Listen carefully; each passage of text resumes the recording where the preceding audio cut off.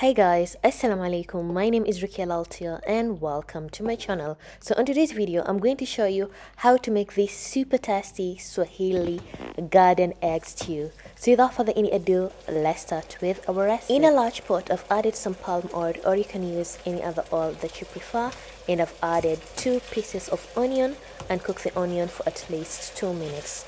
Then next you're going to add some spices. You can use any spices that you prefer. And then next I'm going to add 2 cans of sardines. You can use tuna or any other fresh fish that you also prefer, and cook for at least 2 to 3 minutes.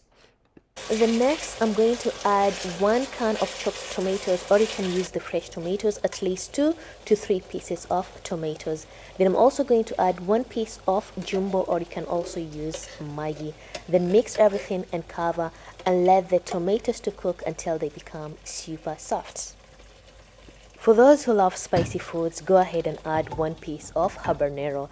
Then next you're going to add the garden eggs and the okra that I've cut it into pieces like so, and I'm going to pour a bit of water. Mix everything well and nice and cover and let the garden eggs and the okra to cook for at least 7 to 10 minutes, or until everything is nicely cooked. After some minutes, oh my god, our garden stew is ready, as you can able to see in the video.